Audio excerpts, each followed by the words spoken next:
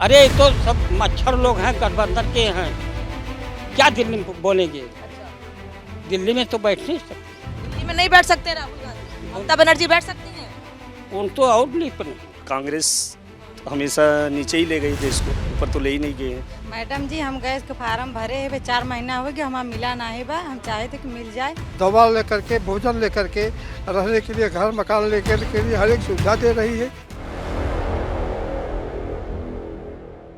नमस्कार, स्वागत है आपका। मैं हूं आपके साथ अनामिका पांडे और चुनावी चौपाल आज सज चुकी है वाराणसी से लगे हुए जिले भदोही में।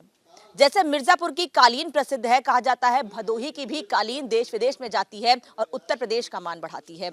और मुख्यमंत्री योगी आदित्यनाथ इसी तरह के से वन डिस्ट्रिक्ट वन प्रोडक्ट को लेकर लोगों को जागरूक करते रहे और इसका सीधा असर भदोही पर भी पड़ा है। लेकिन लोकसभा चुनाव को लेकर लोगों का क्या कहना है? विकास के आधार पे ही वोट पड़ेगा और इंफ्रास्ट्रक्चर डेवलपमेंट और दूसरी और चीज़ों की सुरक्षा के आधार पे हम सभी लोगों का वोट जाएगा। और आपने राम मंदिर की बात की तो निश्चित रूप से, आंशिक रूप से नहीं, बहुत बड़े मार्जिन पे इसका असर पड़ना है आम जनमानस के ऊपर। और बताइए। विपक्ष की ओर से कई सवाल खड़े किए जा रहे हैं कि पहली बात तो मोदी सरकार 400 पार का नारा दे रही है, विपक्ष कह रही है 150 नहीं आने वाली है इस बार बीजेपी की। वो उनके नहीं आएंगे। अच्छा जी, उनके नहीं आएंगे। सारे गठबंधन करने के बाद भी जो भी एनालिसिस आप करें अगर उस आधार पे, तो मुझे नहीं लगता कि पूरे विपक्ष को 100 सीटें या 150 सीटों से ज़्यादा मिलने वाली हो। साउथ को छोड़े और वेस्ट बंगाल को छोड़े, बाकी सब ऑल ओवर जो है वो। साउथ में तो मोदी जी ने बड़ी रैलियां की हैं इस बार, पश्चिम बंगाल में 35 का लक्ष्य लेके चल रहे हैं और आप कह रहे हैं कि उनको छोड़ दें, ऐसा क्यों? नहीं, थोड़ा सा वहाँ पे उभार जरूर होगा, मगर उतना नहीं होगा कि 400 सीटों तक पहुँचने। मेरे को लगता है कि कुछ कम रह जाएंगे मगर करीब पहुँचेंगे जरूर। सरकार बनेगी। चलिए, ये तो कह रहे हैं सरकार बनेगी, सीटें कम हो सकती हैं लेकिन सरकार बनेगी। भदोही के क्या मुद्दे हैं और क्या सोच रहे हैं भदोही के लोग? देखिए, मेन मुद्दा था यहाँ पर बिजली का, सड़क का। तो बिजली भी अच्छी आ रही है, सड़क भी जो है एक नई सड़क बन रही है 4 लेन, जो कि हम लोग को कनेक्ट कराएगी लखनऊ से। तो उस हिसाब से सही है। और फिर हमारा परिवार जो है एक एक्स सर्विसमैन का परिवार है, भूतपूर्व सैनिक का। तो मोदी जी ने OROP लगाया है, 1 रैंक 1 पेंशन किया है, उसका लाभ हमको मिल रहा है। मतलब माता जी हमारी हैं, उनको लाभ मिल रहा है। तो हर तरह से विकास हो रहा है, हर तरफ से लाभ जो जिसका पात्र है उसको लाभ मिल रहा है। तो अभी तो कोई टक्कर में नहीं है इनके सामने। अच्छा, पूर्वांचल में भदोही या कुछ जिले ऐसे हैं जिन्हें कहा जाता है अभी भी पिछड़े हैं, लेकिन एक्सप्रेसवे बनने के बाद सीधे लखनऊ से जुड़े हैं और आगे भी, जैसा कि बता रहे हैं ये कि आगे भी जो काम हो रहा है लखनऊ से सीधे और जुड़ेंगे आप लोग। उसका कितना फायदा देख पा रहा है? कनेक्टिविटी बढ़ने से भदोही के लोगों को कितना फायदा हो सका है? बहुत सारे फायदे हैं लोगों को। आने जाने का जो पहले रोड थी, उबड़ खाबड़ थी, अच्छी खासी रोड हो गई, आने जाने में सुविधा हो गए हैं। और गाँवपुर में बहुत ऐसे सारे जो गड्ढे थे सभी इंटरलॉकिंग हो चुके हैं। और गांव के पब्लिक जैसे परेशान रहती थी, पहले राशन नहीं मिलता था, ये नहीं वो नहीं, सब चीज़ अच्छे खासे फायदे हो रहे हैं लोगों को। अच्छा, फायदे हो रहे हैं। युवा वोटर क्या चाहता है इस बार? क्या मुद्दे हैं युवा वोटर? यही चाहता है कि अब की बार मोदी सरकार लाना है। और सबसे बड़ी मुद्दा तो राम मंदिर है, क्योंकि हिंदू आस्था के लेकर बहुत अच्छा काम किया है मोदी सरकार ने और उन्हीं को वोट पड़ना चाहिए। नहीं, आप कह रहे हैं वोट पड़ना चाहिए, लेकिन मैं तो कई जिलों में गई हूं और युवा वोटर्स इस बात से कई जगह नाराज दिखे हैं कि सरकारी नौकरियां निकल नहीं रही हैं, निकलती हैं तो पेपर लीक हो जाता है। हाँ, ये भी मुद्दे की बात है, क्योंकि हाल ही में लीक हुआ है UP और उसको योगी जी जल्द कार्रवाई करेंगे। फिर एग्ज़ाम देने का वो वादा किए हैं, फिर एग्ज़ाम कराएंगे। मैं खुद UP का दिया था एग्ज़ाम और मैं यही आशा चाहता हूँ कि री एग्ज़ाम कराई मोदी सरकार, योगी सरकार।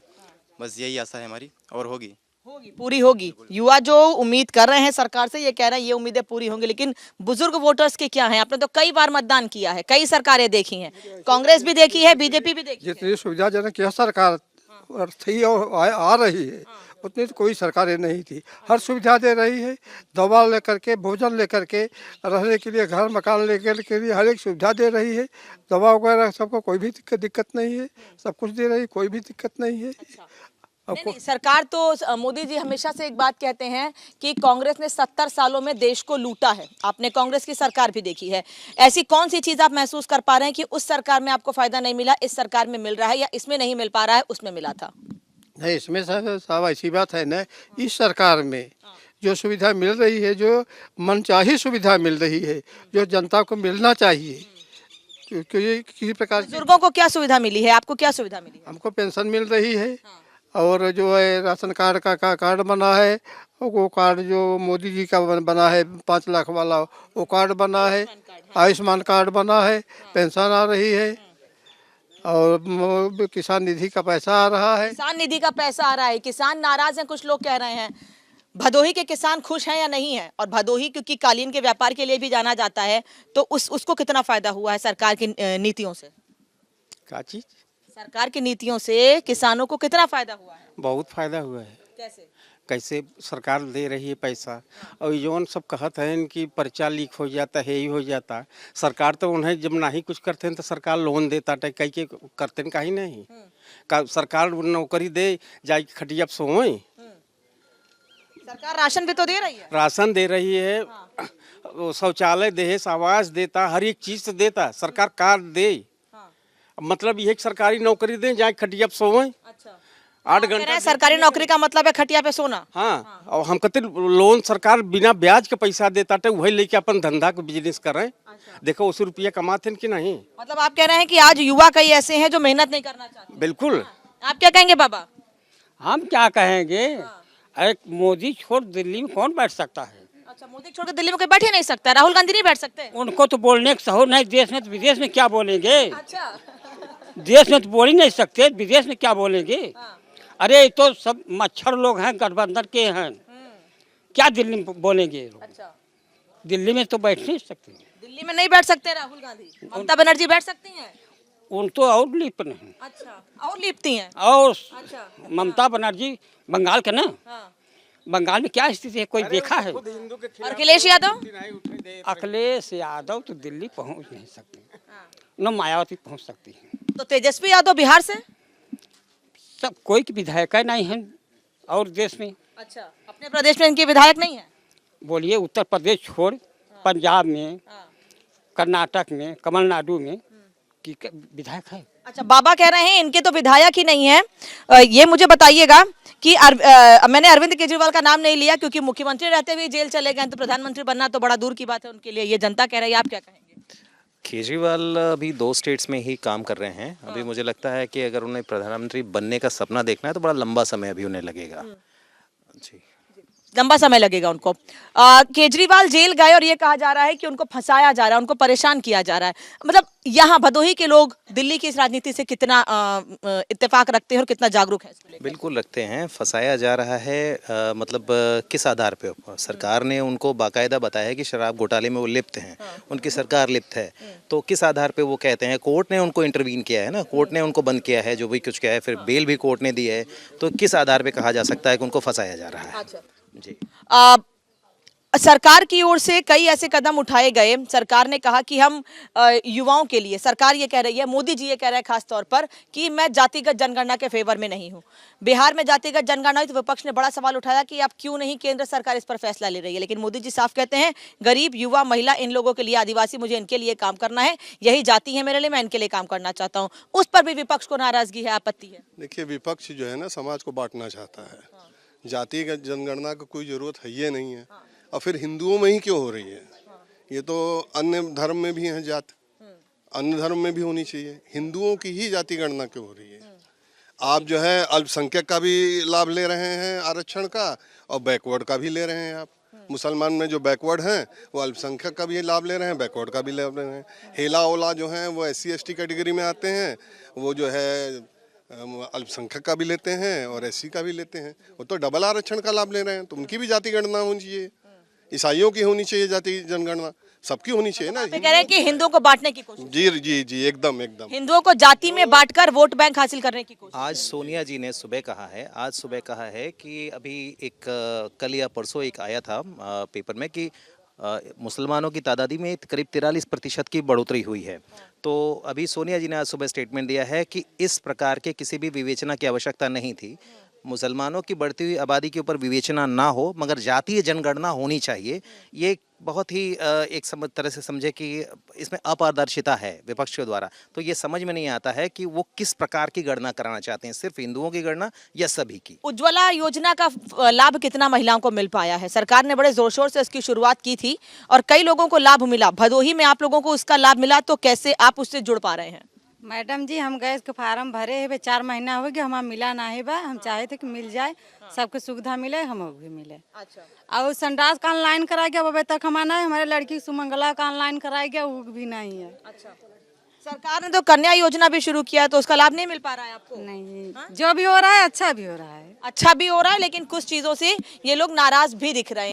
कन्या योजना का लाभ कह रही हैं इनको नहीं मिल पाया है, या फिर ये कह रही हैं कि अभी तक शौचालय के लिए भी अप्लाई कर रखा है, उसका भी फायदा नहीं मिला है। महिलाएं खुश भी हैं, लेकिन कई महिलाएं नाराज हैं। वो कह रही हैं हमारे घर में युवा बेरोजगार बैठे हुए हैं। देखिए संपूर्ण जानकारी ना होना, इसलिए उनको नहीं पता होगा, इसलिए उनको नहीं कर पा रहे होंगे, इसलिए उनको नहीं मिला होगा लाभ। इसको जानकारी प्राप्त होगी, उसको लाभ मिल रहा है। और जानकारी प्राप्त करना चाहिए अपने ग्राम प्रधान से, अपने ग्राम विकास अधिकारी से। उनको पता करना चाहिए, CSC पोर्टल पे जाके देखना चाहिए, पता करना चाहिए। अच्छा, कांग्रेस ने अपने मैनिफेस्टो में आर्थिक सर्वे की बात कही है, उसके बाद उनके नेता विरासत पे टैक्स की बात भी कर देते हैं। कुछ जानते हैं इसके बारे में? नहीं, इनके बारे में तो नहीं जानते। प्रधानमंत्री कह रहे हैं कि कांग्रेस सरकार में आएगी तो महिलाओं का मंगलसूत्र तक बेच देगी। ऐसा कुछ नहीं है। ऐसा कुछ नहीं है, तो आप प्रधानमंत्री की बात से नहीं इत्तेफाक रखते हैं ना? प्रधानमंत्री गलत कह रहे हैं। अभी आप क्या बोले? मैंने कहा प्रधानमंत्री कह रहे हैं कि अगर कांग्रेस सरकार में आती है, प्रधानमंत्री तो एक ही है देश के, वो कह रहे हैं कि अगर कांग्रेस सरकार में आती है तो महिलाओं का मंगलसूत्र तक बेच देगी। सही बोले। सही बोल रहे हैं। हाँ। अच्छा, अब आप समझ पाए हैं मेरे सवाल को। क्यों सही कह रहे हैं? अभी तक जहाँ तक उम्मीद हम जानते हैं उनको कि लमसम कांग्रेस हमेशा नीचे ही ले गई देश को, ऊपर तो ले ही नहीं गए हैं। जब से मोदी जी आए हुए हैं तब से बहुत सारे ऐसे योजनाएं लाए हैं, और लोगों को जैसे कि पढ़ाई को लेके, उसके बाद में अभी महिला ये बोली हैं कि कन्या अपना ये बोल रही थी ना कुछ, कन्या योजना में जैसे ये बोल रही थी कि हमें नहीं मिला। तो बहुत सारे ऐसे लोग हैं कि जो पता नहीं है लोगों को, वो जा नहीं पा रहे हैं, उस जगह पे जा नहीं पा रहे हैं, तो उनका हो नहीं पा रहा है, तो बता रहे हैं कि हमें मिल नहीं पा रहे हैं। अच्छा, ये जा नहीं पा रही हैं आप कह रहे हैं। आप SC कोटे से आते हैं, है ना? कांग्रेस सरकार ने कर्नाटक में OBC में मुसलमानों को भी आरक्षण देने की बात कही है। मतलब वो अब आपका कोटा काट कर मुसलमानों को देने की तैयारी कर रहे हैं, बल्कि कर्नाटक में तो कर ली, और कह रहे हैं अगर देश में सरकार आती है देश में भी ऐसा ही करेंगे। वह 370 जो हटाए हैं मोदी, वह फिर लागू कर दे ही। पाकिस्तान फिर लड़ाई करे भारत से। अच्छा, अभी नहीं लड़ रहा पाकिस्तान? अभी तो ठंडा है। मोदी जी ने तो ऐसा ही कर दिया कि सब ठंडा हो गए। अच्छा, मोदी जी ने सबको ठंडा कर दिया, शांत कर दिया। बिल्कुल साहब, ये तो ये अभी हाल की बात है। विरोधियों ने जो है बात किया था, भाषण दिया था कि जो है पाकिस्तान जो है वो चूड़ी पहन करके नहीं बैठा है। उसका जवाब मोदी जी ने दिया कि हम पानी की व्यवस्था किए, बिजली की व्यवस्था किए, हमको पता नहीं चल था कि चूड़ी पहनना चाहिए, तो हम चूड़ी पहना देंगे उनको। मोदी जी कहते हैं कि पाकिस्तान पहले आंख दिखाता था, अब नहीं दिखा पाता है। अब कैसे देखा फोड़ न दिया जाए ओकर आँख, ये बतावा। वो हमेशा जो गुरची ओकर तो एक दिन में खत्म हो जाए, अगर मोदी चाहिए तब। अच्छा। हाँ, मतलब और कांग्रेस के नेता तो कहते हैं कि हमें शांत रहना चाहिए क्योंकि पाकिस्तान के पास एटम बम है। क्या हमारे पास नहीं है एटम बम? हाँ, हमारे पास उनसे ज्यादा है। हाँ, और वो एक फोड़ेंगे, हम 10 फोड़ेंगे। 10 फोड़ेंगे, ऐसा है? बिल्कुल बिल्कुल है। 10 फोड़ेंगे बिल्कुल। हम तो खुद ही आर्मी का एग्जाम दिए हैं, अभी हम खुद ही आर्मी ज्वाइन करना चाहते हैं। तो देखिए, ये यहाँ के युवा है। मतलब आज इस चुनावी चौपाल में हर वर्ग के लोग थे। महिला से भी बात की मैंने, युवाओं से भी बात की, बुजुर्गों से भी बात की, जिन्होंने कई चुनाव देखे हैं और हर चीज को, हर पहलू को बहुत बेहतर तरीके से समझते हैं।